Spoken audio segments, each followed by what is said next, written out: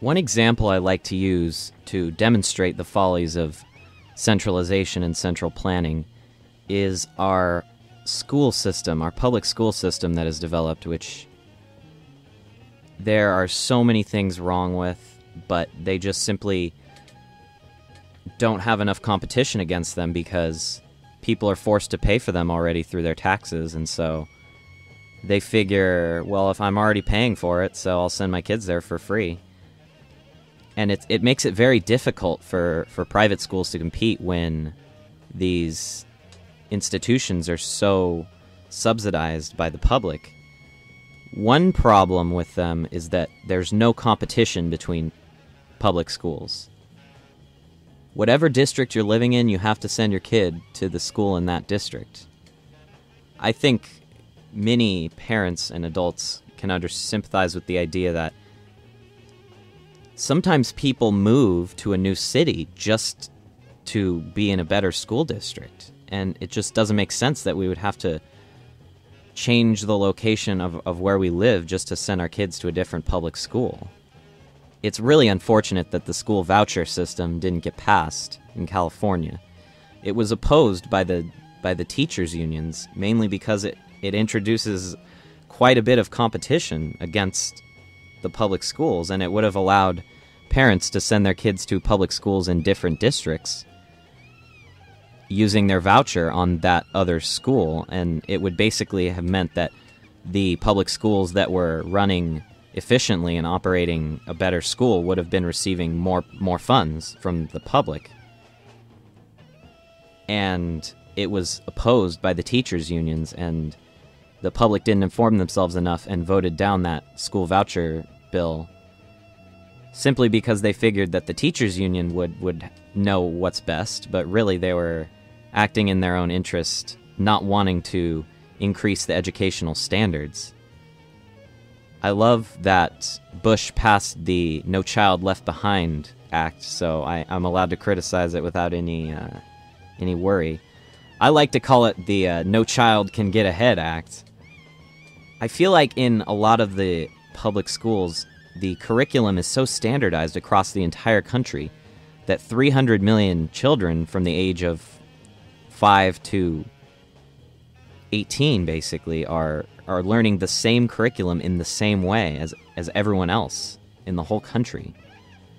And it just seems like without the sort of standardized curriculum that we have, there would be different teaching styles would be experimented with, different curricula, and it would cause schools to be able to say, oh, look, we chose a new different experimental way of teaching, and look at our kids' SAT scores, that much higher.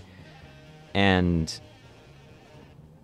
really, the biggest problem with the public school system is that you're not allowed to send your kids to schools outside of the district, meaning there's basically a monopoly on schooling in each district, which makes absolutely no sense. So that's the first thing that should be lifted. But it also seems like the government doesn't allot the funds to the public schools that rationally.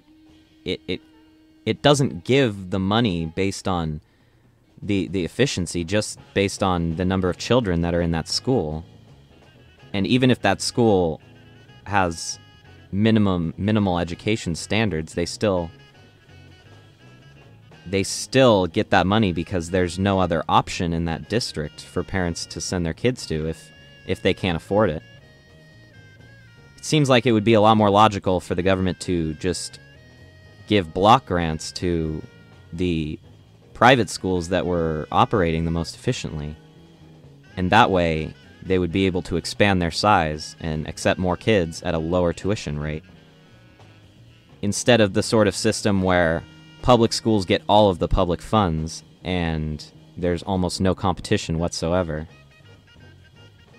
And the sort of standardized curricula that we have, it always brings up that scene from The Wall, from Pink Floyd's The Wall, when the kids walk into the machine and come out with faces that all look the same.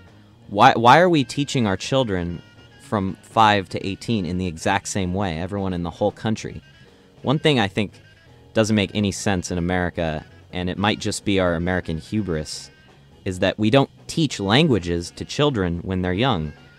Teaching languages, learning languages, is the one thing that children when they're very, very young can do very well, because there's not any analytical skills required. It's just sort of osmosis, sort of just absorbing and being immersed in the language, and that's what children are best at learning. But we don't start learning languages until we're in high school sometimes, and it just makes absolutely no sense whatsoever to not have competition in the public schools.